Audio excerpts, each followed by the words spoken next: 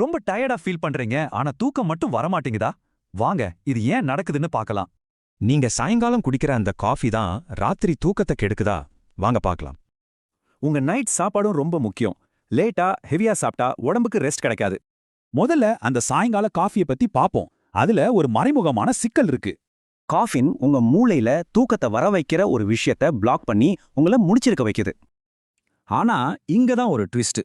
Caffeine உங்க உடம்ப விட்டு முழுசா போக 6ல இருந்து 8 மணி நேரம் ஆகும். அதனால நீங்க தூங்க போகும்போதும் உங்க மூளை இன்னும் ஆக்டிவா இருந்துகிட்டே இருக்கும். சரி, காஃபி மட்டும் இல்ல, இன்னொரு வில்லன் இருக்கான். அதுதான் நம்ம லேட் நைட் டின்னர். நீங்க ஹெவியா சாப்பிடும்போது உங்க வயிறு ஒரு மெஷின் மாதிரி ராத்திரி முழுக்க வேலை செய்யும். வயிறு இப்படி ஓடிக்கிட்டே இருந்தா உடம்பு எப்படிங்க ஓய்வெடுக்கும்? அதுதான் இங்க கேள்வி. ஆனா கவலைப்படாதீங்க, இதுக்கு ஒரு சிம்பிளான தீர்வு இருக்கு. ரொம்ப ரொம்ப ஈஸி. இத ஞாபகம் வச்சுக்கோங்க. தூங்கறதுக்கு 6 மணி நேரத்துக்கு முன்னாடி காஃபி, 3 மணி நேரத்துக்கு முன்னாடி சாப்பாடு. சரி, இதை நம்ம டெய்லி லைஃப்ல எப்படி ஃபாலோ பண்றது? வாங்க ஒரு நல்ல ருட்டீன் பார்க்கலாம். இந்த டைமிங் ஃபாலோ பண்ணா உங்க மூளைக்கும் உடம்புக்கும் ரெஸ்ட் எடுக்க கரெக்டா டைம் கிடைக்கும். இப்படி செஞ்சீங்கன்னா போதும், நல்ல ஆழமான தூக்கம் உங்களை தேடி வரும். அது நிச்சயம். பாருங்க, ஒரு சின்ன சேஞ்ச் தான், ஆனா பலன் ரொம்ப பெருசு.